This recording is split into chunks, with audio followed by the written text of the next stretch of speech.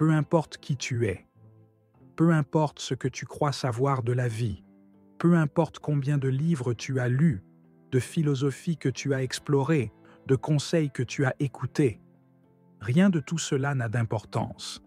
Parce que si tu es encore ici, si tes yeux parcourent ces mots, c'est qu'il y a quelque chose en toi qui sait qu'il manque quelque chose. Pas quelque chose d'extérieur, pas un objectif, pas une réussite, pas une réponse précise. Quelque chose de plus profond, quelque chose que tu ne peux pas expliquer, mais que tu ressens chaque fois que le silence t'enveloppe, chaque fois que la routine ne parvient plus à te distraire, chaque fois que, pendant un instant, tu réalises que la vie passe et que tu ne sais même pas si tu es vraiment en train de la vivre. Ce livre n'est pas un autre manuel de développement personnel. Ce n'est pas une nouvelle série d'affirmations motivantes qui te diront que tout ira bien. Parce que la vérité, c'est que tout ira bien seulement lorsque tu comprendras qu'il n'y a jamais rien eu de mal au départ. Ce que tu vas lire ici n'est pas une information nouvelle. Pas parce que tu l'as déjà lu quelque part, mais parce que tu la sais déjà. Tu l'as toujours su, mais tu l'as oublié. On t'a entraîné à l'oublier. Depuis le jour de ta naissance, on t'a appris à chercher à l'extérieur des réponses.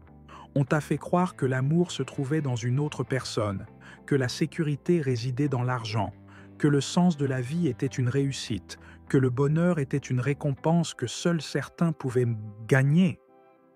Et tu as cru à cette histoire. On nous l'a racontée tant de fois que nous en avons fait notre réalité. Mais, et si tout cela était un mensonge? Que se passerait-il si je te disais que tout ce que tu cherches t'appartient déjà, mais que ton esprit a été programmé pour ne pas le voir? Que se passerait-il si, à cet instant même, tu pouvais te réveiller et réaliser que le jeu de la vie n'est pas ce que tu pensais? Que se passerait-il si, au lieu de continuer à chercher des réponses, tu voyais simplement la vérité qui a toujours été devant toi? La vérité est simple, tellement simple que ça fait mal. Et la voici. Tu n'as besoin de rien pour être libre. Mais avant de rejeter ces mots, avant que ton esprit commence à chercher des excuses et des arguments pour défendre le monde auquel tu as toujours cru, je veux que tu continues à lire. Parce que si tu permets à ce livre de te montrer ce que tu n'as jamais vu, si tu t'accordes le droit de remettre en question tout ce que tu croyais vrai, alors ce livre ne sera pas simplement un livre. Ce sera un avant et un après dans ta vie. Ce n'est pas un texte pour te divertir. Ce n'est pas une histoire que tu lis et que tu oublies. C'est une clé. Si tu décides de l'utiliser, tu ouvriras une porte que tu ne pourras jamais refermer. Une porte vers une réalité où la vie cesse d'être un combat et commence à être ce qu'elle a toujours été, une opportunité infinie. Il n'y a pas ici de vérités absolues, pas de promesses creuses, pas d'illusions ni de dogmes. Il n'y a que des questions qui démantèleront les certitudes sur lesquelles tu as bâti ton existence. Et lorsque ces certitudes auront disparu, la seule chose qui restera sera la possibilité de voir la vie comme tu ne l'as jamais vue auparavant. Ce livre ne cherche pas à te plaire, il cherche à te secouer. Si tu veux du confort, ferme ce livre maintenant. Si tu cherches des formules faciles, ce n'est pas ici. Mais s'il y a quelque chose en toi qui sait que la vie peut être bien plus que ce que tu as connu jusqu'à présent, s'il y a une partie de toi qui est fatiguée de suivre un scénario que tu n'as jamais écrit, alors continue à lire. Parce que ce qui est sur le point d'être révélé peut tout changer. Première partie, le secret des reflets oubliés. Le vent se faufilait entre les arbres, avec un murmure constant, comme si la nature chuchotait un secret que seuls les attentifs pouvaient entendre. Au cœur de la forêt, dans un recoin oublié du monde, se trouvait une cabane entourée de miroirs. Certains pendaient aux branches, se balançant au gré du vent, reflétant des fragments de ciel dans leurs fissures. D'autres reposaient empilés contre les murs de bois, ternis par les années, dissimulant leur véritable dessin. Ce lieu ne figurait sur aucune carte, mais tous les habitants du village voisin le connaissaient comme la demeure du maître des miroirs. Aldo avançait d'un pas incertain, sentant le craquement de la terre humide sous ses pieds. Quelque chose en lui l'avait conduit jusqu'ici. Il ne savait pas exactement ce qu'il cherchait, mais il savait qu'il ne pouvait plus continuer ainsi. Sa vie, une suite de jours prévisibles, était devenue une prison sans barreaux. Parfois, au milieu de la routine, il ressentait un vide que ni les réussites ni les distractions ne parvenaient à combler. C'était comme si le temps passait sans sa permission, comme s'il était devenu le spectateur de sa propre existence. Il avait entendu des rumeurs au sujet du maître des miroirs, un vieil homme capable de révéler la vérité sur soi-même. Certains disaient que ces miroirs ne reflétaient pas le corps, mais l'âme. D'autres affirmaient que quiconque les contemplait ne repartait jamais inchangé. Aldo n'était pas un homme superstitieux, mais quelque chose dans ces histoires lui semblait étrangement familier. Comme s'il savait déjà, au fond de lui, qu'il était temps d'affronter son propre reflet. Il frappa à la porte avec précaution. Le son résonna entre les arbres, et après quelques instants de silence, le bois s'ouvrit sans effort. De l'autre côté se tenait un homme aux yeux sombres et au sourire paisible, vêtu d'une tunique de lin usé. Ses cheveux gris retombaient en mèches désordonnées sur ses épaules. « Cela fait longtemps que tu me cherches sans le savoir, dit le maître, sans se présenter. Entre. » Aldo obéit sans poser de questions. L'intérieur de la cabane était éclairé par la lumière vacillante de quelques bougies posées sur des étagères chargées de miroirs couverts de poussière. Il n'y avait pas de meubles, seulement des murs tapissés de reflets. L'air portait un parfum de bois ancien et une note imperceptible d'inconnu. « Pourquoi y a-t-il autant de miroirs ici ?» demanda Aldo, balayant la pièce du regard. « Parce que rien ne révèle la vérité avec autant de clarté qu'un reflet, » répondit le maître. « Mais la vraie question est, quelle vérité cherches-tu » Aldo hésita. Il n'avait pas de réponse précise. Il savait seulement que quelque chose dans sa vie sonnait faux, comme une mélodie désaccordée qui, bien que subtile, rendait tout insupportable. Le maître lui indiqua un miroir de plein pied. Aldo s'approcha, observant son propre reflet avec étonnement. Son visage lui semblait à la fois familier et étranger. Son esprit tentait d'y déceler un détail inhabituel, mais l'image lui renvoyait l'expression fatiguée qu'il connaissait trop bien. « Regarde avec plus d'attention, » murmura le maître. Alors, le reflet commença à changer. Aldo vit son visage se transformer, d'abord en celui d'un enfant aux yeux brillants et au sourire insouciant, puis en un vieillard au regard serein, au visage marqué par le temps, ensuite en une version de lui-même aux traits durcis par l'avidité, les yeux aiguisés par la méfiance. Son image changeait sans cesse, lui montrant une infinité de ce qu'il pouvait devenir. Il recula, troublé. « Qu'est-ce que c'est » demanda-t-il d'une voix faible. Le maître le regarda patiemment. « Chacun de ces reflets est une possibilité. Tu n'es pas une seule version de toi, tu es toute celle-là. La question n'est pas « qui es-tu » mais « qui choisis-tu d'être » Un frisson parcourut l'échine d'Aldo.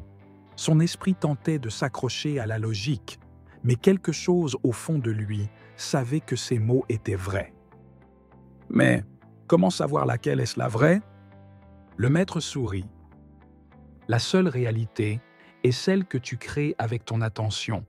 Ton regard est le ciseau avec lequel tu sculpteras ton destin. Si tu regardes le monde avec peur, tu vivras dans un univers de menaces. Si tu l'observes avec gratitude, chaque jour sera un cadeau. Ta perception est la lentille à travers laquelle tu vois la vie. Et ce que tu vois n'est pas le monde tel qu'il est, mais le monde que ton esprit te permet de percevoir. » Aldo sentit son estomac se nouer. Jamais il ne s'était demandé si la réalité qu'il expérimentait était la sienne ou simplement l'écho de ses pensées. C'était une idée vertigineuse, mais pleine de promesses. « Alors, je peux changer ma réalité en changeant mon regard ?» Le maître plissa les yeux. « La réalité ne change pas avec le désir, elle change avec l'action.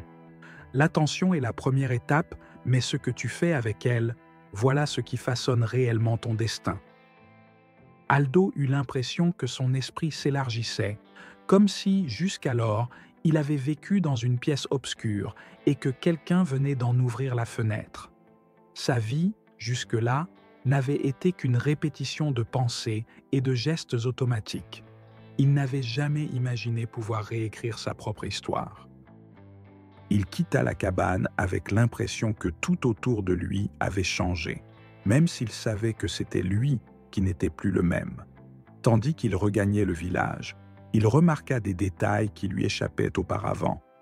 La texture de la terre sous ses pas, le bruissement des feuilles, la lumière du soleil filtrant entre les branches.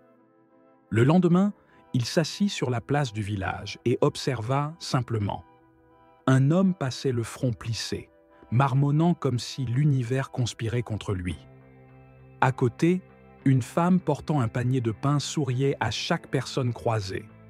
Deux mondes coexistaient dans le même espace, deux réalités parallèles créées par ceux qui les habitaient.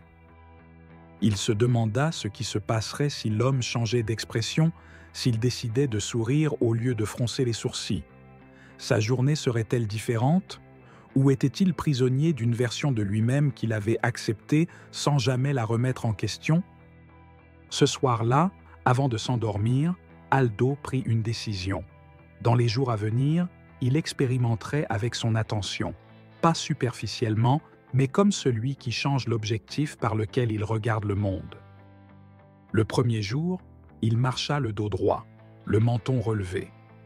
Il découvrit que les gens le regardaient autrement. Certains le saluaient avec respect, comme s'il avait changé sans le savoir. Le deuxième jour, il porta attention à ses mots. Il évita les plaintes, ne parla pas de problème. Lorsqu'on lui demanda comment il allait, il répondit « Excellent », même si son esprit tentait de lui rappeler ses inquiétudes. À la fin de la journée, il se sentit différent, plus léger. Le troisième jour, il cessa de se presser. Il marcha plus lentement, savoura la nourriture, observa les détails du ciel. Il comprit alors, ce n'était pas la vie qui allait trop vite, c'était son esprit qui courait sans cesse. Et ainsi, avec chaque petit changement, le monde se mit à répondre autrement. Ce n'était pas de la magie, ce n'était pas un tour de développement personnel, c'était la réalité révélant son secret le plus profond. Tu ne vois pas le monde tel qu'il est, tu le vois tel que tu es. Le lendemain matin, Aldo se réveilla avec une sensation étrange. Quelque chose en lui avait changé, même si le monde autour restait le même. Sa chambre n'avait pas bougé, la lumière du matin entrait par la fenêtre comme toujours, les sons du village se faufilaient à travers les murs de sa maison. Et pourtant, tout lui semblait différent. Ou peut-être était-ce simplement lui qui le regardait avec d'autres yeux. Il resta allongé quelques instants, les yeux fixés au plafond. Pendant des années, il avait répété la même routine, se réveillant chaque jour sans jamais remettre quoi que ce soit en question, comme si sa vie avait été gravée dans la pierre. Mais à présent, après sa rencontre avec le maître des miroirs, il comprenait quelque chose qui jusque-là lui échappait. Tout ce qu'il vivait n'était rien d'autre qu'une projection de son propre esprit. Son attention, ses pensées, ses habitudes, son histoire personnelle, tout cela s'était accumulé en lui comme une mémoire qui dictait son destin sans qu'il s'en rende compte. Il se redressa lentement et s'approcha du miroir de sa chambre. Il s'observa attentivement. Il voyait son reflet, comme toujours, mais avec une sensation nouvelle d'étrangeté. Était-ce là sa véritable image, ou seulement le reflet des souvenirs qu'il avait accumulés, de l'histoire qu'il avait acceptée sans jamais la remettre en cause? Il inspira profondément. Il ne s'agissait ni de magie, ni de superstition. C'était quelque chose de bien plus puissant et aussi plus effrayant. Si sa vie avait jusqu'à présent été façonnée par son attention et ses croyances, alors il avait le pouvoir de la transformer. Non par un simple souhait passager, mais par l'unique acte capable de changer la réalité, l'action consciente. Ce jour-là, il décida de faire quelque chose de différent. Au lieu de suivre la routine automatique de chaque matin, il sortit tôt et marcha dans le village avec une intention nouvelle, prêter attention à tout ce qu'il avait toujours ignoré. Chaque visage, chaque geste, chaque son, chaque ombre. Il regardait les gens non plus comme de simples inconnus partageant son espace, mais comme des miroirs de différentes possibilités d'être. Un vieil homme était assis au coin du marché, le regard perdu dans le vide. Son visage portait les marques du temps, mais son expression n'était pas celle de la résignation. Elle respirait une paix profonde. Il ne semblait pas écrasé par le poids des années, mais libéré de l'urgence de vivre. Sa simple présence transmettait à Aldo quelque chose qu'il ne pouvait exprimer par des mots. Était-il possible de vivre ainsi, sans le vacarme constant de l'esprit, sans la pression permanente des pensées? Était-il possible de goûter la vie sans être piégé par les mémoires du passé? Il poursuivit sa marche jusqu'à apercevoir un jeune homme en train de se disputer avec un commerçant. Ses paroles étaient rapides, sa voix chargée de frustration. Aldo ne comprit pas tout, mais la scène lui semblait familière. Combien de fois avait-il réagi de la même manière? Combien de fois avait-il permis qu'une émotion fugace dicte sa réalité? Et il se rappela quelque chose que le maître lui avait dit. La seule réalité est celle que tu choisis de créer avec ton attention. Aldo observa le jeune homme un instant de plus. Puis, au lieu de passer son chemin, il décida d'agir autrement. Il s'approcha et lui parla avec calme. « Pourquoi te disputes-tu » demanda-t-il sans jugement, simplement avec curiosité. Le jeune homme le regarda en fronçant les sourcils. « Parce que cet homme veut me faire payer plus que ce que ça vaut » répondit-il avec colère. Aldo acquiesça. « Et que se passerait-il si tu choisissais de ne pas te fâcher » Le jeune cligna des yeux, surpris. « Comment ne pas me fâcher? Il est en train de me voler !» Aldo sourit. « Je ne te dis pas de l'ignorer. Je te parle de choisir comment tu veux réagir. Regarde autour de toi. Il y a des gens qui achètent, d'autres qui vendent, le soleil brille, le vent souffle. Tu peux choisir si ce moment devient un souvenir de frustration ou une simple anecdote sans importance. » Le jeune homme le regarda comme s'il venait d'entendre quelque chose d'absurde. Mais ensuite, son expression changea. Il baissa les épaules, respira profondément et, sans rien ajouter, sortit les pièces de sa poche, paya, puis s'éloigna sans poursuivre la dispute. Aldo resta silencieux un moment. Il ne s'attendait pas à un changement si rapide, mais il avait vu quelque chose dans le regard du jeune homme. Une étincelle, un instant où il avait pris conscience de son propre comportement. Et alors, il comprit quelque chose de plus profond encore. Non seulement son attention créait sa réalité, mais son état intérieur influençait aussi les autres. S'il pouvait transformer sa manière de percevoir le monde, alors il pouvait aussi changer la manière dont le monde lui répondait. Ce soir-là, il retourna dans sa chambre et se regarda de nouveau dans le miroir. Mais cette fois, au lieu de chercher des réponses, il observa simplement, sans jugement, sans attente. Il se rendit compte de quelque chose qu'il n'avait jamais vu auparavant. Ce n'était pas l'image dans le reflet qui avait changé. C'était la manière dont lui, il la voyait. Pour la première fois de sa vie, il se sentit véritablement libre. Aldo ferma les yeux face au miroir et inspira profondément. Quelque chose en lui s'était effondré, mais il ne ressentait pas de vide, plutôt une étrange légèreté, comme s'il avait porté un sac rempli de pierres sans jamais s'en rendre compte, et qu'il venait enfin de le déposer.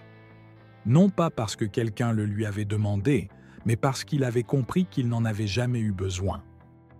Le poids n'était pas dans le monde, il était dans son esprit. Tout ce qu'il avait cru être jusque-là n'était qu'une histoire, un récit bâti sur des souvenirs, des habitudes, des conditionnements qu'il avait traînés sans jamais les interroger. Ses frustrations, ses peurs, ses limites n'étaient pas des vérités absolues. Ce n'étaient que les reflets déformés d'un passé accumulé. Et si le passé n'était que mémoire, si le futur n'était qu'imagination, alors la seule chose qui existait réellement, c'était cet instant. Il rouvrit les yeux. Il se regarda à nouveau dans le miroir. Mais cette fois, il ne vit pas une image figée, ni une identité rigide. Il vit quelque chose de bien plus réel, un potentiel infini, une possibilité en mouvement, une conscience libre de toute définition. Il se rappela les paroles du maître des miroirs. « Tu n'es pas un seul être, tu es tous les possibles, et chaque jour, à chaque décision, tu choisis qui tu veux être. » Aldo sourit. Pour la première fois, il comprit qu'il n'avait pas besoin de changer le monde à force de volonté. Le monde était déjà en train de changer avec lui, à travers chaque regard, chaque pensée, chaque instant d'attention. La véritable magie n'était pas une force mystique cachée dans les coins obscurs de l'univers. La véritable magie, c'était sa propre conscience. La capacité de voir la vie avec des yeux neufs, de laisser tomber l'ancien pour permettre au neuf de naître, de choisir consciemment ce qu'il choisissait autrefois par habitude. Peu importait ce qu'il avait cru dans le passé, peu importait l'histoire qu'il s'était racontée ou le reflet qu'il avait vu dans le miroir, la seule chose qui comptait vraiment, c'était ce qu'il faisait maintenant. Le temps n'était pas une ligne. C'était un miroir infini dans lequel il pouvait se refléter de 1000 façons différentes. Ce jour-là, Aldo cessa de chercher la vérité et commença à la vivre. Il s'éloigna du miroir et sortit de sa chambre. Le monde était le même qu'avant. Mais pour la première fois, il était vraiment éveillé. Et toi, cher lecteur, crois-tu être prêt à t'éveiller? Deuxième partie. Ce que tu ne peux définir, tu l'es. Depuis des siècles, l'humanité poursuit un même idéal, une vie meilleure. Peu importe où l'on vit, peu importe nos croyances ou notre culture, tous aspirent à la même chose. Vivre avec un sens, ressentir la paix, connaître le succès, trouver l'amour, comprendre enfin ce que cela signifie d'être véritablement ici. Au fond, nous cherchons tous la même chose, bien que nous lui donnions des noms différents. On nous dit que le chemin vers cette vie idéale est à l'extérieur. On nous apprend que si nous trouvons le bon travail, le partenaire idéal, la stabilité financière, alors nous pourrons dire que nous avons réussi. Et nous passons des années à bâtir une version de nous-mêmes qui corresponde à ce modèle, croyant qu'un jour, enfin, nous aurons le sentiment d'être arrivés là où il fallait. Mais il y a un problème dont personne ne parle, mais que tout le monde ressent, silencieusement. Certaines personnes obtiennent tout ce qu'elles ont toujours désiré, et pourtant, un vide inexplicable les ronge. D'autres n'atteignent jamais leurs objectifs et se consument dans la frustration, convaincus que la vie les a trahis. Et puis, il y a ceux qui, après des années à suivre le chemin qu'ils croyaient juste, se réveillent un matin et se rendent compte qu'ils ne savent pas vraiment qui ils sont. Comment peut-on, après tant d'efforts, de décisions prises avec soin, se regarder dans un miroir et ne pas reconnaître la personne qui nous y regarde? Aldo ne s'était jamais posé ce genre de questions. Sa vie était un modèle de logique, d'ordre et de discipline. Il avait toujours su quoi faire et à quel moment, non pas parce qu'il était particulièrement sage, mais parce qu'il ne s'était jamais autorisé à douter. Penser trop, croyait-il, était un signe de faiblesse. Il agissait, point. Sa carrière, son mariage, sa routine, tout était structuré avec minutie. Il croyait être l'architecte de sa propre vie, du moins jusqu'à ce qu'une seule phrase vienne tout ébranler. Ce fut un matin ordinaire. Il buvait son café, persuadé que la journée suivrait son cours habituel. Sa femme, avec qui il partageait plus d'une décennie de vie, avait laissé un mot sur la table. Une seule ligne, mais elle le figea. « Je ne sais pas qui je suis, et je ne sais pas qui tu es. » Aldo relut ces mots encore et encore, tentant d'y trouver un sens. Comment quelqu'un avec qui il avait partagé tant d'années pouvait-elle écrire cela? Il n'y avait pas eu de dispute, pas de signe avant-coureur. Tout avait toujours été stable, prévisible, comme toujours. Et peut-être était-ce justement cela, le problème. Il tenta d'aborder la situation avec ses armes habituelles, chercher des réponses concrètes, résoudre le problème avec logique. Il passa en revue toute leur conversation, chaque geste, chaque détail. Mais plus il cherchait, moins il comprenait. Et cette question commença à tourner en boucle dans sa tête, comme un écho impossible à ignorer. Si elle ne sait pas qui elle est-ce que moi, je le sais? Au début, il rejeta la pensée. Bien sûr qu'il savait qui il était. Il avait une vie stable, un rôle, des responsabilités. Mais plus il tentait de se convaincre, plus il réalisait que toutes ces réponses venaient de l'extérieur. Son travail, sa famille, ses habitudes. Tout ce qui le définissait avait été appris, répété, intégré, jamais véritablement choisi. Ce matin-là, devant son miroir, il se vit comme toujours, mais pour la première fois, il ne ressentit aucune certitude. Son reflet était le même, mais une fissure s'était ouverte dans cette image de lui-même. Comme si la structure qu'il avait bâtie avec tant d'efforts commençait lentement à s'effondrer. La journée suivit son cours, mais en lui, quelque chose avait bougé. Il marcha dans la ville et remarqua des choses qu'il n'avait jamais vues auparavant. La façon dont les gens parlaient d'eux-mêmes, comme si leurs traits étaient gravés dans la pierre. « Je suis comme ça », disait-il, sans se rendre compte que ce « comme ça » n'était qu'une histoire répétée inlassablement. Aldo se mit à s'observer lui-même. Il remarqua qu'il utilisait des phrases toutes faites, qu'il croyait en des idées qu'il n'avait jamais remises en question, que ses pensées surgissaient comme des réflexes et guidaient ses décisions sans même qu'il s'en rende compte. Il comprit alors que son identité n'était pas un fait, c'était une habitude. Et s'il s'agissait d'une habitude, alors il pouvait la changer. Le lendemain, il décida de faire quelque chose de différent. Au lieu de fonctionner en pilote automatique, il commença à s'observer. Il prêta attention à ses pensées, à ses réactions, aux émotions qui surgissaient en lui sans invitation. Il comprit que son esprit était comme un disque rayé, répétant sans cesse les mêmes motifs, des pensées d'inquiétude, des jugements automatiques, des idées sur ce qu'il devait faire, sur qui il devait être. C'était comme s'il suivait un script sans jamais l'avoir lu. Alors, il tenta une expérience. Lorsqu'une pensée négative apparut, au lieu de s'y laisser entraîner, Aldo se contenta de l'observer. Lorsqu'il sentit la colère monter, il ne la justifia pas. Il remarqua simplement sa naissance. Lorsqu'une émotion tenta de s'emparer de lui, il ne chercha ni à la refouler, ni à l'amplifier. Et il découvrit quelque chose d'inattendu. Les émotions n'étaient pas des vérités. Elles n'étaient que des réponses apprises.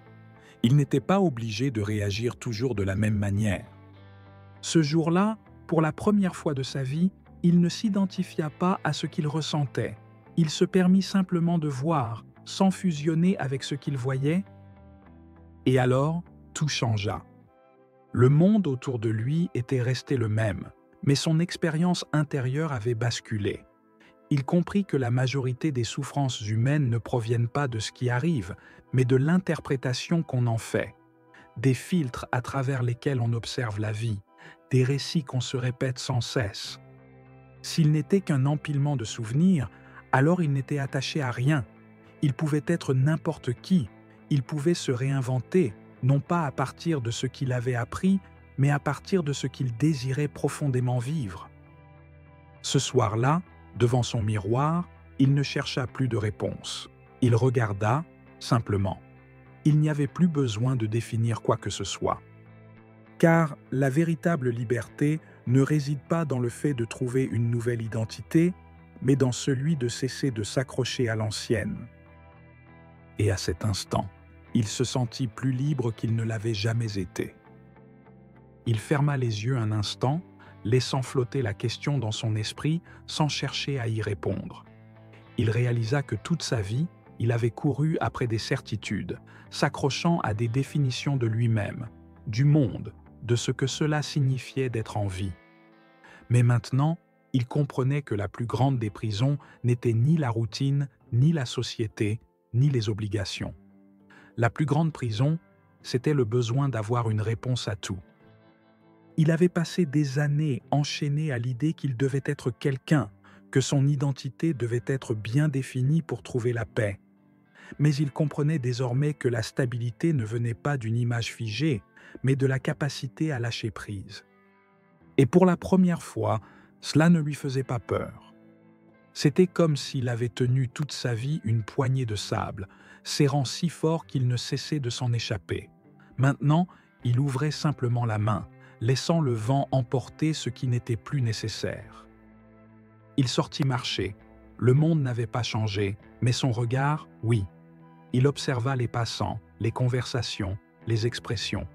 Il se demanda combien d'entre eux, comme lui, vivaient enfermés dans une identité qu'ils n'avaient jamais remise en question. Il remarqua la hâte sur les visages, les pensées figées dans des préoccupations invisibles. Certains murmuraient pour eux-mêmes, récitant des idées incrustées dans leur être. D'autres parlaient avec des expressions tendues, comme si la vie était trop lourde à porter. Et alors, il comprit quelque chose d'encore plus profond.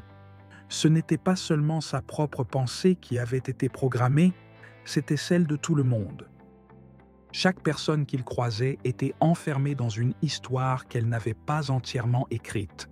Une idée d'elle-même façonnée par son environnement, ses blessures, sa peur de l'inconnu. Il se demanda ce qui se passerait si l'humanité tout entière prenait conscience de cela. Si un jour, nous nous réveillions collectivement du rêve dans lequel nous étions plongés. Peut-être que le monde serait radicalement différent.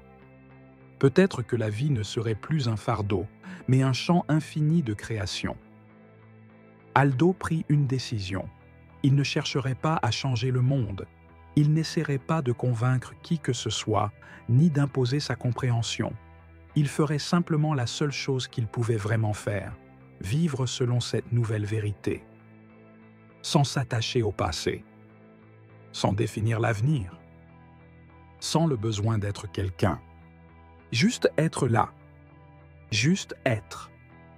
Et toi, lecteur, combien de temps encore tiendras-tu le sable dans ta main avant de le laisser s'envoler? Aldo sentit le vent caresser sa peau avec une douceur nouvelle. Le vent n'avait pas changé, mais pour la première fois, il était assez présent pour le ressentir pleinement. Il marcha sans but précis, sans penser à une destination, sans que chaque pas ait besoin d'un sens. Pour la première fois de sa vie, il ne cherchait pas à arriver quelque part. Il réalisa que sa vie entière avait été gouvernée par l'urgence. L'urgence de faire, de réussir, de comprendre, de se définir. Mais cette urgence n'était jamais venue de lui. Elle lui avait été inculquée dès l'enfance, quand on lui avait dit qu'il devait devenir quelqu'un, qu'il devait se battre pour ses rêves, bâtir quelque chose qui lui donne de la valeur. Personne ne lui avait dit qu'il avait déjà de la valeur, simplement parce qu'il existait. C'était là le plus grand des mensonges. On nous fait croire que nous devons faire quelque chose pour mériter d'être. On nous convainc que nous devons devenir quelqu'un pour être complet. On nous programme à penser que la vie est une lutte permanente pour atteindre quelque chose qui, étrangement, reste toujours hors de portée. Mais si tout cela était faux? Aldo s'arrêta un instant et regarda le ciel. Les nuages flottaient avec une légèreté parfaite, sans se demander où ils allaient, sans douter de leur droit d'exister. La nature ne se questionne jamais. Un arbre ne doute pas de sa valeur. Une rivière ne s'inquiète pas de la direction à prendre. Le soleil ne cherche pas de validation pour briller. Seuls les humains vivent dans cette angoisse permanente de devoir se justifier. Et le plus ironique, c'est que tout cela se passe à l'intérieur de l'esprit. La cage dans laquelle nous vivons n'est pas faite de murs ni de contraintes extérieures. Elle est faite de pensées non questionnées, de croyances transmises sans remise en cause. Aldo inspira profondément, et ce qu'il ressentit alors ne venait pas de l'intellect. C'était une certitude. Il n'avait plus besoin de devenir. Il n'avait pas à se réparer, ni à se modeler selon un idéal. Il n'avait pas à expliquer son existence. Il devait simplement la vivre. Et à cet instant, il comprit ce qu'était la véritable paix. Ce n'était pas l'absence de problème, ni l'élimination de la souffrance, ni un état de bonheur constant. C'était simplement l'absence de résistance. La vie est comme l'eau. Si tu essaies de la saisir, elle te file entre les doigts. Mais si tu ouvres la main et la laisses couler, elle est toujours là. Aldo sourit. Il n'avait pas trouvé une vérité absolue. Il n'avait pas toutes les réponses. Mais il savait désormais qu'il n'en avait pas besoin. Et c'était plus que suffisant. Troisième partie. S'éveiller dans le rêve. Rien n'est ce que tu crois? Rien dans ce monde n'est tel qu'il paraît. Nous croyons connaître la réalité parce que nous la voyons, la touchons, la ressentons. Mais ce que nous expérimentons n'est pas le monde en soi, c'est une version du monde filtrée par notre esprit. Chaque pensée, chaque souvenir, chaque émotion agit comme un voile qui déforme ce qui est réellement là. Nous n'avons jamais regardé la vie avec des yeux nus, toujours à travers les couches d'interprétation que nous avons héritées et construites sans en avoir conscience. Dès notre naissance, on nous raconte une histoire, on nous donne un nom, on nous dit à quel groupe nous appartenons, ce qui est bien et ce qui est interdit. On nous enseigne ce que nous devons craindre, ce que nous devons aimer, ce que nous devons poursuivre. Avant même de pouvoir nous en rendre compte, nous sommes déjà piégés dans une identité que nous croyons être la nôtre, mais qui n'est en réalité qu'un assemblage de souvenirs, d'habitudes et de croyances imposées. La majorité des êtres humains vivent et meurent enfermés dans une narration qu'ils n'ont jamais consciemment choisie. L'histoire que tu te racontes sur toi-même n'est rien d'autre qu'un ensemble de souvenirs organisés en une narration que tu as répétée tant de fois qu'elle est devenue ta réalité. Mais que se passerait-il si tu cessais de t'identifier à cette histoire? Pas à ton nom, ni à ton passé, ni aux étiquettes que tu as utilisées pour te définir. Existerais-tu encore? Ou découvrirais-tu que ce que tu appelles « moi » n'est qu'une construction mentale, un personnage dans un récit? Le problème n'a jamais été qui tu es, mais ta croyance que tu dois être quelqu'un de précis pour te sentir complet. Et si cette croyance disparaissait, que resterait-il à sa place? Il y a ceux qui, à un moment du chemin, commencent à voir les fissures dans la structure. Un jour, quelque chose se brise en eux, un événement inattendu, une perte, une question qu'ils ne peuvent plus ignorer, quelque chose qui les oblige à regarder au-delà de l'illusion dans laquelle ils étaient enfermés. Et lorsque cela se produit, il n'y a plus de retour possible. Aldo n'avait jamais pensé à tout cela. Sa vie était une suite de moments organisés avec précision. Son monde avait de la structure, son identité était bien définie. Il n'avait jamais ressenti le besoin de remettre cela en question, car il avait toujours cru que la vie était exactement ce que ses sens lui montraient. Mais tout changea le jour où il perdit le contrôle de son histoire. Après le mot laissé par sa femme, après cette question qui l'avait hanté pendant des jours, son esprit commença à s'effondrer. Non parce qu'il perdait la raison, mais parce que, pour la première fois, il se voyait sans les filtres auxquels il s'était toujours identifié. Pendant des années, il avait cru que son existence obéissait à une logique, que sa personnalité était le fruit de ses choix, que ses émotions répondaient à des faits concrets. Mais il voyait désormais avec clarté que tout cela n'était qu'une construction mentale. Un soir, assis dans sa chambre, il tenta de se souvenir d'un moment de sa vie où il avait été pleinement libre, un moment où il n'avait pas été conditionné par la peur, les attentes ou le besoin d'être quelqu'un. Mais il eut beau chercher, il n'en trouva aucun. Il comprit que toute sa vie avait été une suite de décisions prises sur la base de ce qu'il croyait devoir faire. Il n'avait jamais été réellement présent, jamais vécu la vie sans l'interférence de son mental. C'est à cet instant qu'il comprit la vérité. Il n'avait pas vécu, il avait rêvé.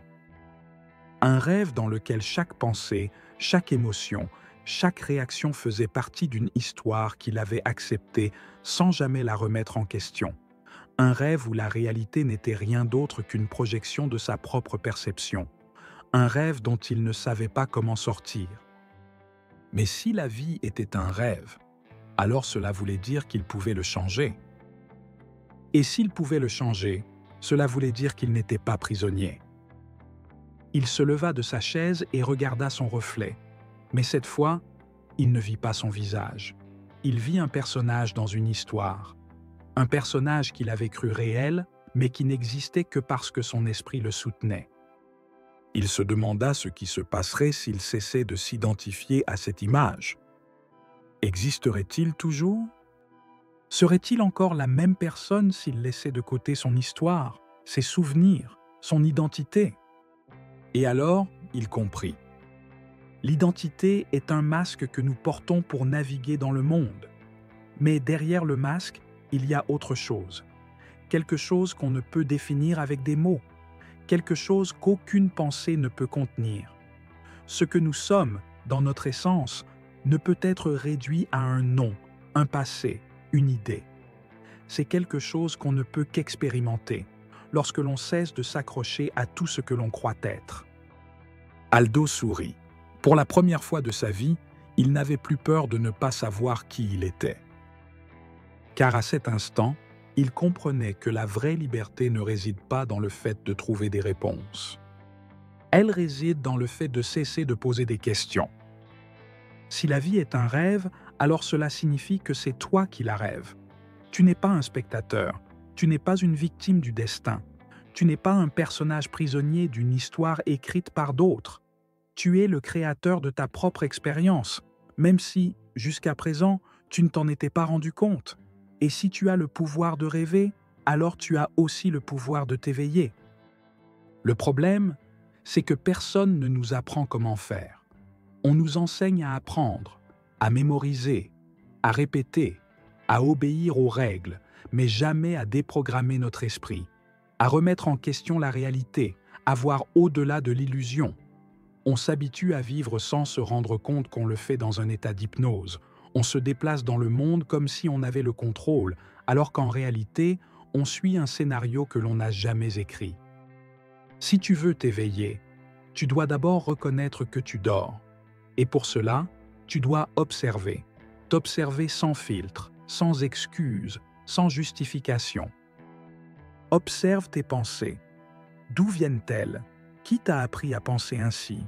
Sont-elles vraiment tiennes ou bien ne sont-elles que des idées répétées si souvent que tu as fini par les croire? Observe tes émotions. Combien de fois réagis-tu sans même t'en rendre compte? Combien de fois ressens-tu de la peur, de la tristesse, de la colère sans jamais en interroger l'origine?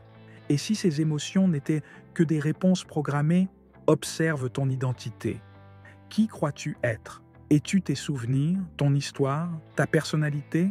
Ou es-tu quelque chose de bien au-delà de tout cela? L'esprit fonctionne comme une machine à répétition. Si tu ressens la même chose depuis des années, c'est parce que ton cerveau a appris à réagir de cette façon face à la vie. Si tu ressens de l'anxiété à chaque difficulté, ce n'est pas la situation qui la crée, c'est ta programmation qui la déclenche. La bonne nouvelle, c'est que ce qui a été appris peut aussi être désappris. Mais c'est ici que beaucoup échouent. Ils croient que pour changer, il faut combattre leur esprit, qu'il faut éliminer les pensées négatives, réprimer les émotions, se forcer à penser autrement. Mais l'esprit ne fonctionne pas ainsi. Tu ne peux pas gagner une guerre contre un ennemi que tu as toi-même inventé. Il ne s'agit pas de lutter, il s'agit d'observer sans réagir. Quand une pensée surgit, au lieu de l'accepter immédiatement comme vraie, regarde-la. Ne la nourris pas, ne t'y identifie pas. Observe-la comme un bruit dans la rue, comme un nuage qui traverse le ciel. Quand une émotion apparaît, au lieu de la refuser ou de l'exagérer, ressens-la simplement. Tu n'as pas besoin de l'expliquer, ni de la transformer en récit. Laisse-la exister sans rien faire avec elle. Quand tu te regardes dans le miroir et qu'une voix intérieure te dit qui tu es, pose-toi la seule question qui vaille. Suis-je vraiment cela? Le simple fait d'observer sans réagir rompt le schéma. Et lorsqu'un schéma se brise, quelque chose en toi change pour toujours. Cela ne veut pas dire que tu cesseras de penser ou de ressentir. Cela ne signifie pas que ton histoire disparaîtra. Cela signifie que tu ne seras plus enfermé dedans.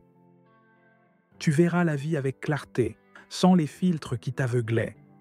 Tu comprendras que ce que tu croyais être un problème n'était qu'une interprétation, que la souffrance que tu portais n'était qu'une pensée répétée jusqu'à en devenir réelle, que la personne que tu croyais être n'a jamais été qu'une idée. Aldo comprit cela non pas comme une théorie, mais comme une vérité tangible, ressentie dans chaque cellule de son corps. Ce ne fut pas un éclair soudain, ni une illumination mystique. Ce fut un processus, une révélation silencieuse, née dans les moments où il observait sans intervenir. Chaque fois qu'il laissait passer une pensée sans y répondre, il sentait une tension intérieure se relâcher, comme si une corde qui l'avait maintenu captif pendant des années commençait doucement à se dénouer. Chaque fois qu'il expérimentait une émotion sans la dramatiser, sans la rejeter, sans l'enfermer dans une histoire, son esprit devenait plus léger. Chaque fois qu'il se regardait dans le miroir sans chercher de réponse, mais simplement en se voyant sans interprétation, il comprenait un peu plus ce que signifiait être éveillé. Ce n'était pas un état de bonheur permanent, ce n'était pas une extase spirituelle, ce n'était pas une fuite de la réalité, c'était simplement être, sans interférence, sans masque, sans peur. C'était faire la paix avec la vie telle qu'elle est, sans vouloir la modifier. Car la vie n'a jamais été le problème. Le problème, c'était l'histoire qu'il se racontait à son sujet. Ce soir-là, avant de s'endormir, Aldo sourit. Pour la première fois, il n'attendait rien, il ne cherchait rien. Il n'essayait pas de trouver un sens, ni de résoudre son existence. Il était simplement là, et dans cet instant, il comprit que l'éveil n'est pas une destination à atteindre. S'éveiller, c'est cesser de chercher ce qui a toujours été là. Mais la plénitude n'a jamais résidé dans les choses que nous poursuivons. Elle a toujours été dans notre capacité à vivre sans ce sentiment de manque. On nous a appris à croire que si nous obtenions ce que nous voulons, alors nous serions heureux. Mais le bonheur n'est pas un résultat, c'est une façon de vivre l'instant présent. Combien de fois as-tu obtenu ce que tu désirais pour ressentir à nouveau, quelque temps plus tard, qu'il te manquait encore quelque chose? Combien de fois as-tu atteint ton objectif seulement pour te rendre compte que le vide était toujours là? Parce qu'il ne s'agit pas de ce que tu possèdes, mais de la façon dont tu le vis. Si tu veux de l'amour, apprends d'abord à être amour avant de le chercher chez quelqu'un d'autre. Car lorsqu'on aime par besoin, ce que l'on cherche réellement, c'est quelqu'un qui comble un vide intérieur et non quelqu'un avec qui partager ce que l'on est déjà. Si tu veux de l'argent, cesse de le considérer comme une finalité et commence à le voir comme une énergie qui circule en fonction de ta relation avec lui. La plupart des gens le recherchent avec peur, le désirent avec anxiété, le perçoivent comme rare. Mais l'abondance est d'abord un état d'esprit avant d'être un état matériel. Celui qui vit dans le manque, même avec de la richesse, continuera à croire que ce n'est jamais assez. Celui qui apprend à se sentir prospère de l'intérieur attirera inévitablement davantage de prospérité. Si tu veux du sexe, cesse de le voir comme un simple acte physique et comprends-le comme une connexion avec la vie. Lorsque le plaisir est vécu sans anxiété, sans culpabilité, sans attente imposée, il devient une expression naturelle de l'être. Mais lorsque le désir devient obsession, ce que nous cherchons réellement n'est pas l'autre, mais la sensation d'être validé, désiré, de masquer une blessure par le plaisir. Si tu veux un but, cesse de le chercher à l'extérieur et commence à le créer. Il n'existe pas de destin écrit pour toi, pas de rôle prédéfini à jouer pour que ton existence ait du sens. La vie n'est pas un contrat avec l'univers qui t'impose une mission unique à découvrir. Le but ne se trouve pas, il se vit dans chaque chose que tu fais avec conscience, avec engagement, avec présence. Si tu veux le bonheur, cesse de le chercher dans ce que tu n'as pas et commence à le reconnaître dans ce qui est déjà là. Le bonheur n'est pas un état permanent de joie, ce n'est pas une récompense qu'on atteint lorsque tout va bien. C'est la capacité à être ici, maintenant, sans résistance, sans cette sensation constante qu'il te manque quelque chose. Le plus grand piège de l'esprit, c'est de te faire croire que le bonheur se trouve dans le futur, que lorsque tu auras plus d'argent, que tu auras trouvé le bon partenaire, que tu connaîtras le succès, que tu te découvriras enfin, alors tu seras heureux. Mais le futur n'arrive jamais. Il est toujours cet horizon qui s'éloigne. Si tu n'arrives pas à trouver la satisfaction dans le présent, tu ne la trouveras pas non plus quand tu auras ce que tu veux. Ne fais plus du bonheur une destination, fais-en une manière d'avancer. Tout ce que tu cherches est déjà en toi. Ce n'est pas un cliché. C'est une vérité que tu ne comprendras que lorsque tu oseras vivre sans cette impression constante qu'il te manque quelque chose. Quand tu cesseras de voir la vie comme un problème à résoudre et que tu commenceras à la voir pour ce qu'elle est, une expérience. Parce que la vie n'a jamais été une énigme à résoudre avec une seule bonne réponse. C'est un jeu, une danse, une rivière qui coule sans se demander où elle va.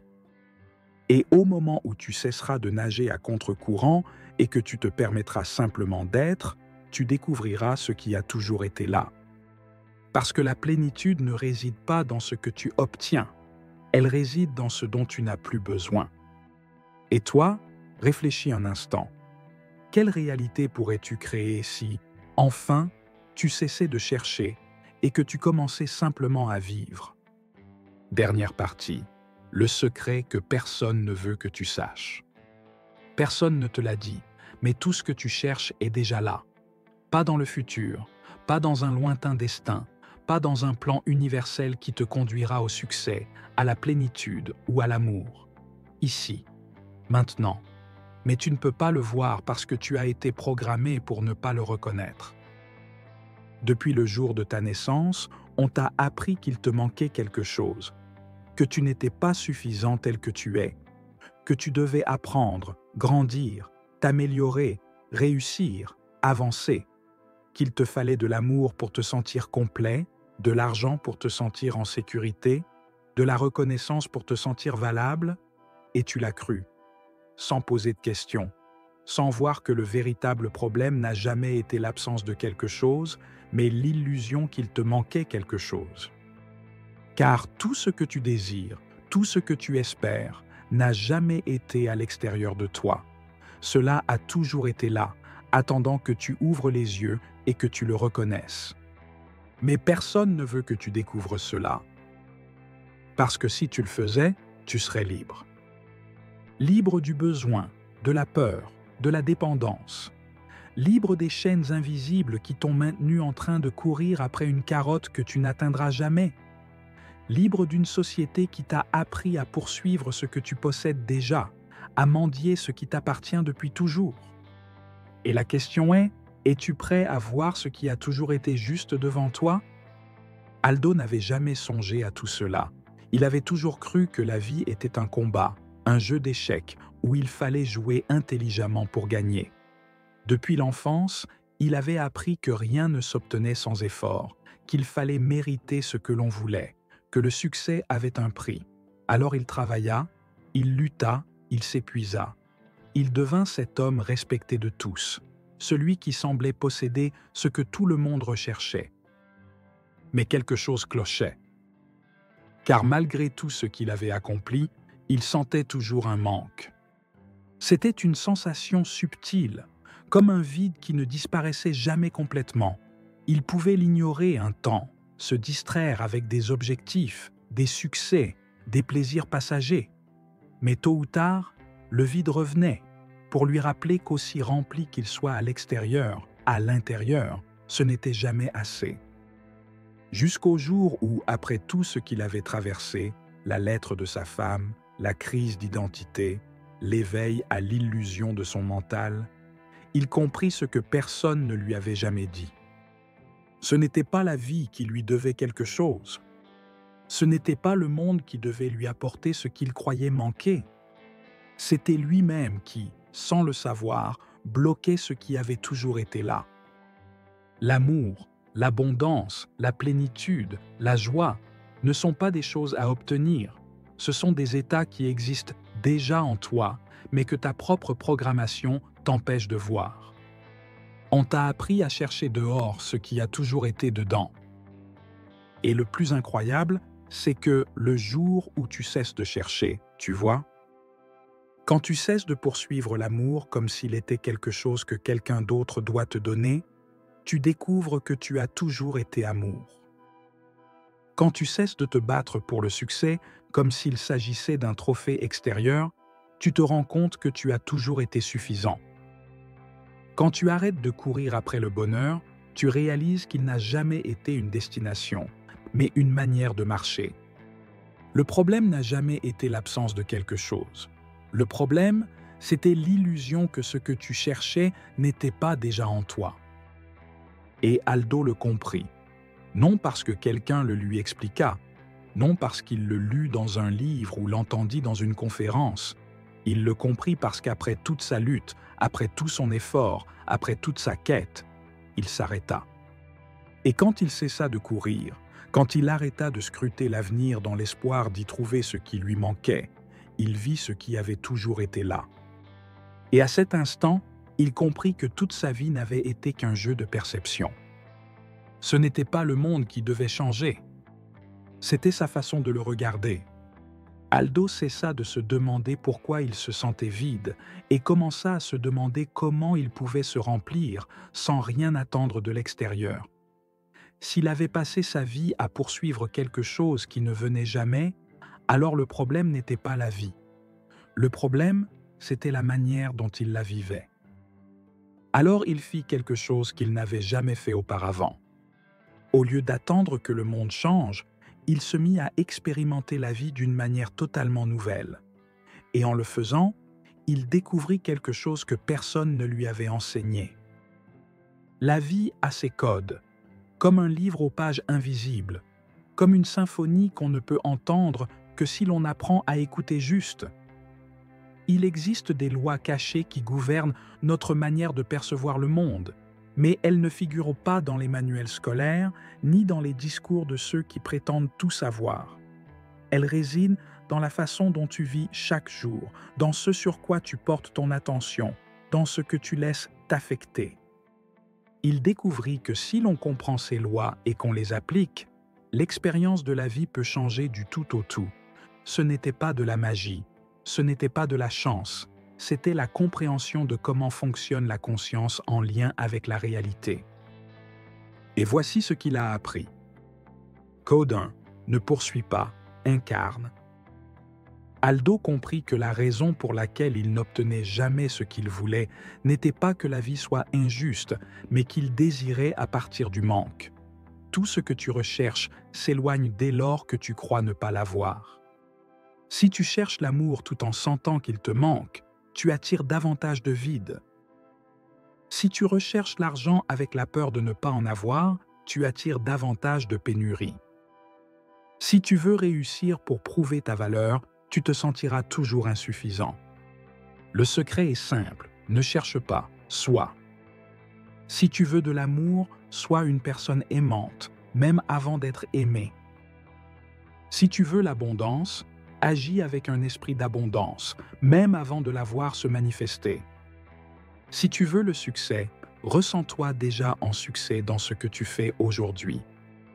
La vie ne te donne pas ce que tu désires, elle te donne ce que tu es. Code 2. L'univers répond à l'énergie, pas aux mots. Aldo découvrit que ce n'était pas ses pensées seules qui créaient sa réalité, c'était sa vibration. Non pas dans un sens mystique, mais dans un sens pratique, émotionnel, physique. Quand tu te lèves dans l'anxiété, tu vis un jour chaotique. Quand tu sors avec confiance, les autres te traitent avec respect. Quand tu ressens de la gratitude avant même de recevoir, d'une manière ou d'une autre, tu reçois toujours.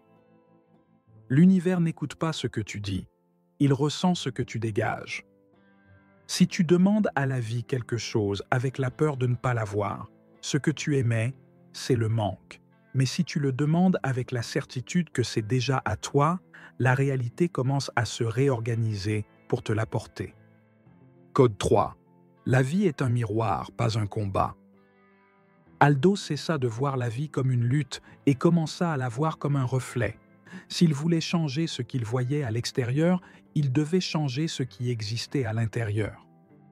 S'il rencontrait sans cesse le rejet chez les autres, ce n'était pas que le monde était cruel, c'était qu'il ne se sentait pas digne au fond de lui. S'il avait du mal à obtenir de l'argent, ce n'était pas la faute de l'économie. C'était qu'il avait grandi avec l'idée que gagner de l'argent était difficile. S'il pensait que la vie ne lui offrait pas d'opportunités, ce n'était pas l'injustice du destin, c'était qu'il avait peur de les saisir. La vie ne t'arrive pas, elle te répond. Et lorsqu'il comprit cela, il cessa de lutter contre le monde et commença à se transformer lui-même. Code 4. Joue avec la réalité comme avec une expérience. Aldo décida qu'au lieu de prendre la vie trop au sérieux, il allait jouer avec la réalité. Si la réalité est un reflet de ce que nous sommes, alors il pouvait essayer différentes façons d'être et observer comment le monde réagit. Alors il essaya. Jour 1. Il marcha comme s'il était la personne la plus charismatique du monde, même s'il ne le ressentait pas. Il sourit à tout le monde, parla avec assurance, se déplaça avec présence. À sa surprise, les gens commencèrent à lui répondre de la même manière. Jour 2. Il se comporta comme si l'argent n'était pas un problème, sans gaspiller, mais sans agir par peur. Ce jour-là, il reçut une opportunité financière inattendue. Jour 3. Il se promit que, quoi qu'il arrive, il verrait chaque expérience comme un cadeau, même les problèmes. Et pour la première fois, il ne réagit pas avec stress face aux obstacles. Il découvrit que la réalité est un miroir extrêmement précis. Elle ne réagit pas à ce que tu penses. Elle répond à la façon dont tu agis, à ce que tu ressens. Code 5. Personne n'a ce qui te manque. Les autres ne font qu'activer ce que tu as déjà. Aldo comprit que personne n'entre dans ta vie pour te compléter. Les gens ne t'apportent pas l'amour. Ils te rappellent que tu l'avais déjà en toi. Le succès ne te donne pas de valeur. Il reflète simplement la valeur que tu as appris à reconnaître en toi-même. L'argent ne t'apporte pas de sécurité. Il amplifie juste la sécurité que tu avais déjà construite. Rien à l'extérieur ne te remplit. Cela ne fait qu'éveiller ce qui sommeillait en toi. Alors il cessa d'attendre que la vie lui donne ce qu'il croyait lui manquer. Il commença à l'activer en lui. Après avoir appliqué ces codes, Aldo constata que sa vie n'était plus la même. Non pas parce que ce qu'il avait changé, mais parce que sa manière de vivre avait changé. Ce matin-là, il se leva sans anxiété, non pas parce que tout était résolu, mais parce qu'il n'attendait plus que la vie soit différente. Il regarda son compte bancaire et ne ressentit aucune peur. Non pas parce qu'il était devenu riche, mais parce qu'il ne définissait plus sa valeur avec un chiffre.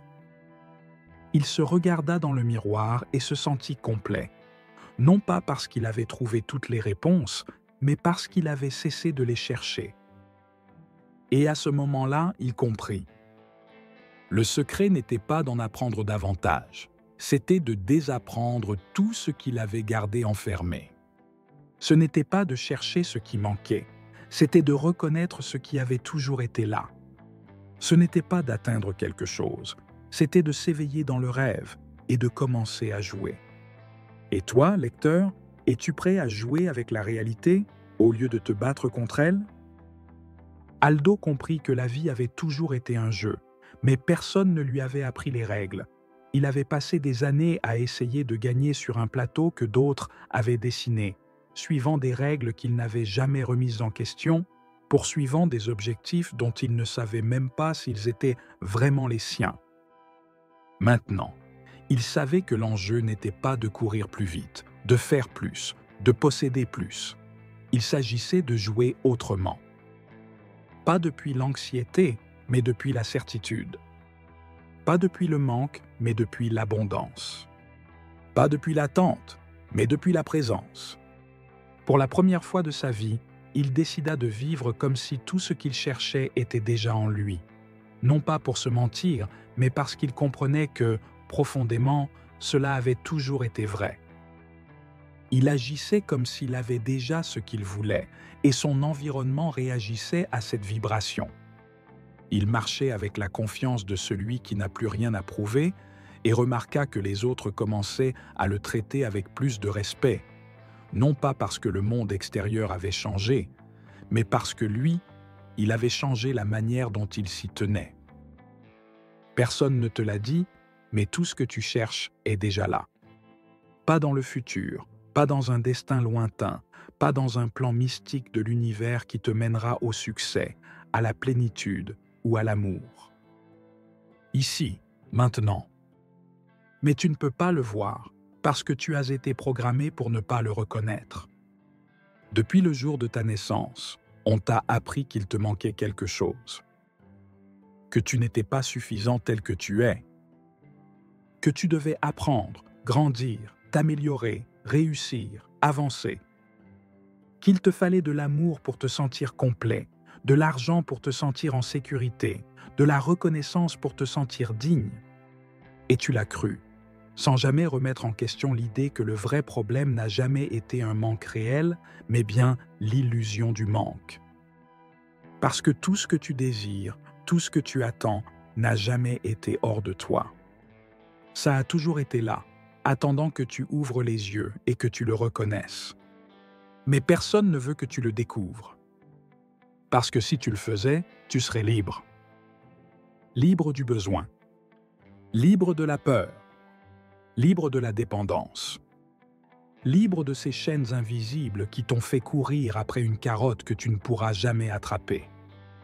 Libre d'une société qui t'a appris à mendier ce que tu possèdes déjà. Et la question est, es-tu prêt à voir ce qui a toujours été sous tes yeux? Aldo n'y avait jamais pensé. Il avait toujours cru que la vie était un champ de bataille, un jeu stratégique où il fallait bouger intelligemment pour gagner. Depuis l'enfance, il avait appris que rien ne s'obtient sans effort, qu'il fallait mériter ce qu'on désirait, que le succès avait un prix. Alors il a travaillé, lutté, persisté.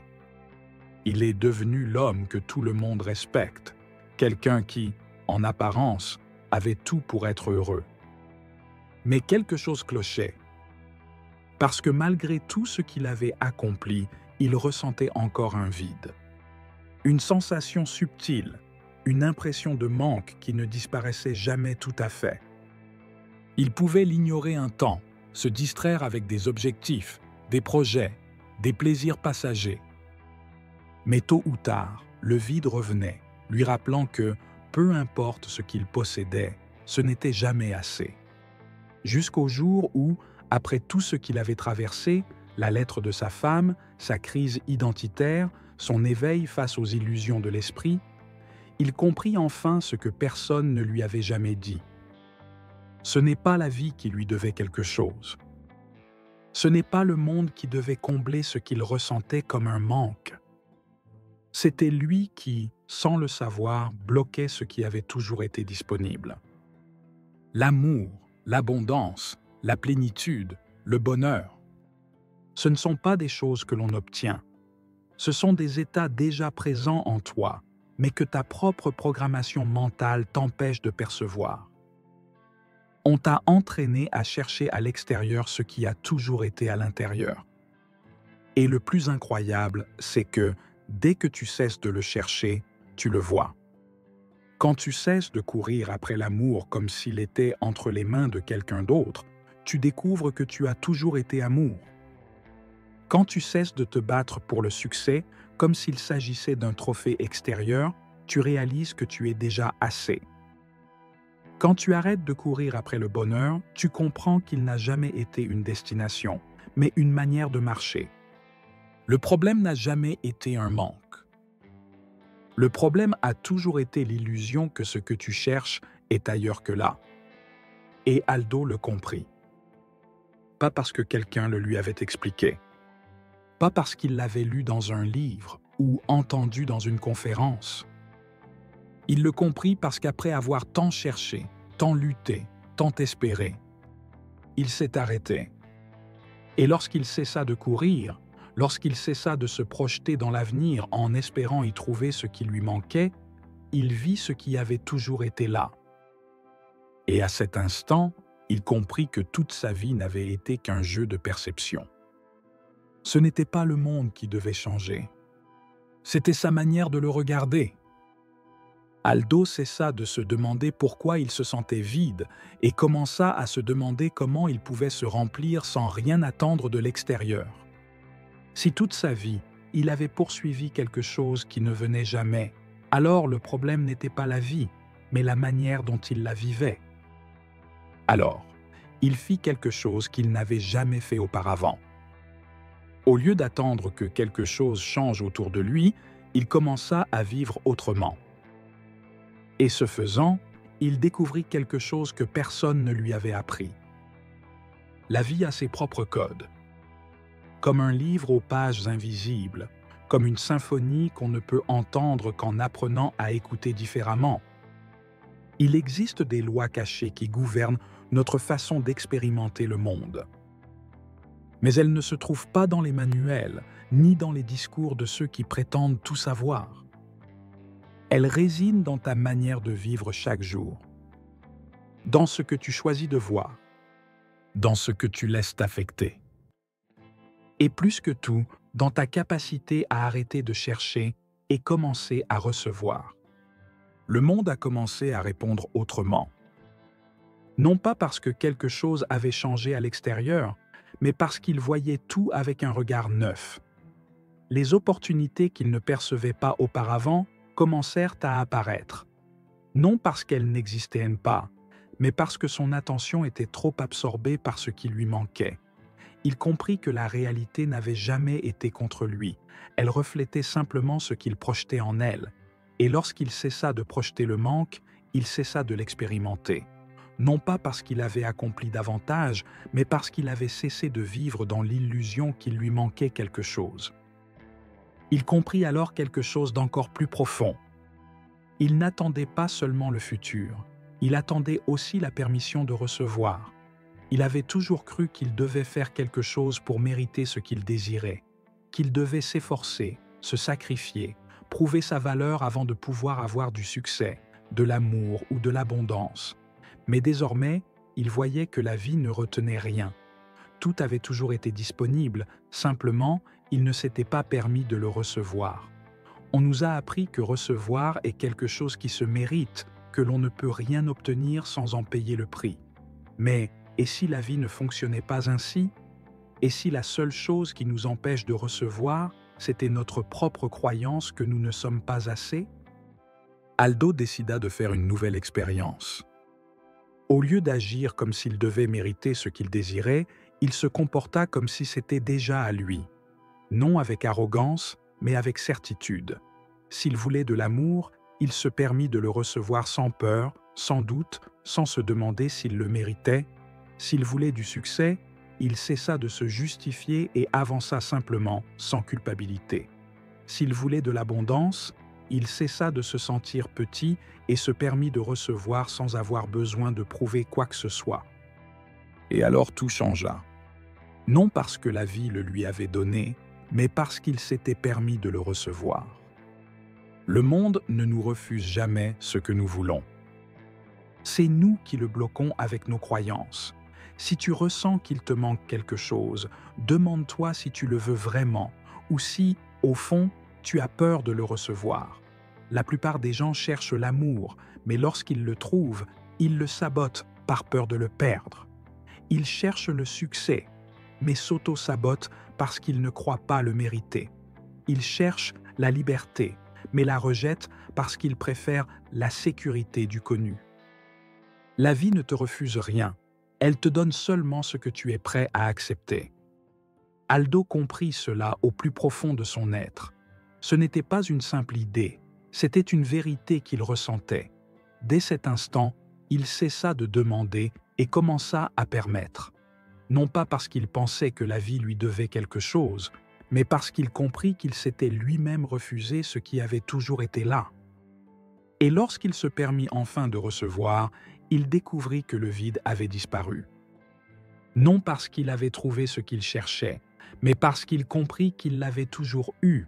Il ne l'avait simplement jamais reconnu. Aldo comprit que ce n'était pas la vie qui lui retenait ce qu'il désirait, mais sa propre pensée.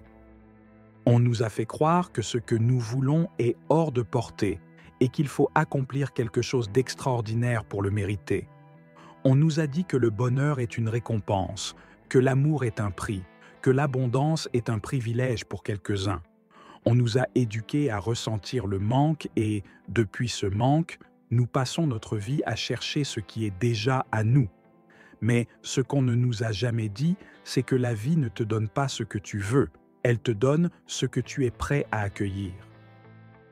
Si tu crois que tu dois te battre pour obtenir quelque chose, tu passeras ta vie à te battre. Si tu crois que l'amour est difficile, tu n'attireras que des relations compliquées. Si tu crois que l'argent exige des sacrifices, il ne circulera jamais avec aisance dans ta vie. Mais si un jour tu décides de changer ta façon d'être en relation avec la réalité, alors la réalité changera aussi pour toi. Aldo décida de ne plus vivre depuis le besoin, mais depuis la certitude. Il agit comme s'il possédait déjà tout ce qu'il avait cru manquer, non pas pour se tromper, mais parce qu'il comprit que le manque n'était qu'une perception. Dès lors, sa manière de se mouvoir dans le monde changea. Il n'y avait plus d'anxiété, plus d'urgence, plus de peur de perdre. Il y avait une paix absolue dans le fait de savoir que la vie n'était pas contre lui, mais qu'elle répondait à la manière dont il se plaçait en elle. Il découvrit que recevoir n'était pas une question de chance ni d'effort, mais d'alignement. Celui qui se sent plein avant de recevoir finit inévitablement par recevoir. Celui qui se sent aimé avant de rencontrer quelqu'un attire inévitablement l'amour. Celui qui se sent abondant avant d'avoir de l'argent génère inévitablement la richesse. Ce n'est pas une question de magie ni d'optimisme naïf, c'est une question de vibration. Et alors vint la révélation finale. Toute sa vie, il avait cherché à l'extérieur ce qui avait toujours été en lui. Il s'était efforcé d'obtenir la validation alors qu'il était déjà suffisant. Il s'était inquiété de l'avenir alors que la vie ne se vit qu'au présent. Il s'était senti petit alors que l'univers lui avait toujours tout offert sans limite. Il comprit qu'il n'y avait rien à atteindre, rien à obtenir, rien à réparer. Il suffisait seulement de se permettre de vivre sans le poids du manque. La vie l'avait toujours attendu. Seulement, lui n'était pas prêt à la recevoir. Et maintenant qu'il l'était enfin, tout coula avec une facilité qu'il aurait jadis cru impossible. Et toi, mon cher lecteur, combien de temps encore vas-tu attendre pour te permettre de recevoir ce qui a toujours été à toi? Aldo inspira profondément et ressentit quelque chose qu'il n'avait jamais expérimenté auparavant, la légèreté. Non parce que la vie était devenue plus facile, mais parce qu'il avait cessé de porter l'idée qu'elle devait être d'une certaine façon. Non parce qu'il avait trouvé toutes les réponses, mais parce qu'il avait cessé de poser les mauvaises questions. Non parce que sa réalité avait changé du jour au lendemain, mais parce qu'il n'était plus conditionné par le besoin qu'elle change. Pour la première fois, il comprit qu'il n'y avait rien à atteindre, que la plénitude n'était pas un objectif sur l'horizon, mais un état auquel on accède lorsqu'on cesse de regarder vers l'avant et qu'on commence à regarder à l'intérieur. Que l'amour n'est pas quelque chose qu'on trouve, mais quelque chose qui s'active lorsqu'on se permet de le ressentir. Que l'abondance n'est pas quelque chose qu'on obtient, mais quelque chose qui circule lorsqu'on cesse de lui résister. Que le bonheur n'est pas dans une destination, mais dans la manière dont on vit chaque instant. Il comprit que toute sa vie avait été une illusion. Non parce que la réalité n'existait pas, mais parce que la façon dont il l'avait interprétée avait été obscurcie par le conditionnement, les croyances héritées, la programmation qui lui faisait croire qu'il manquait toujours quelque chose. À présent, il voyait avec clarté qu'il n'avait jamais manqué de rien, que tout ce qu'il avait cherché avait toujours été là, mais que son esprit ne lui avait pas permis de le voir. Il ferma les yeux et sourit, non parce que tout était résolu, mais parce qu'il comprenait enfin qu'il n'y avait jamais rien à résoudre, non parce que la vie lui avait donné ce qu'il voulait, mais parce qu'il ne sentait plus qu'elle lui devait quoi que ce soit, non parce qu'il était arrivé à destination, mais parce qu'il comprenait enfin qu'il était déjà chez lui. Non parce que la vie lui avait donné ce qu'il voulait, mais parce qu'il ne sentait plus qu'elle lui devait quoi que ce soit. non parce qu'il était arrivé à destination, mais parce qu'il comprenait enfin qu'il était déjà chez lui.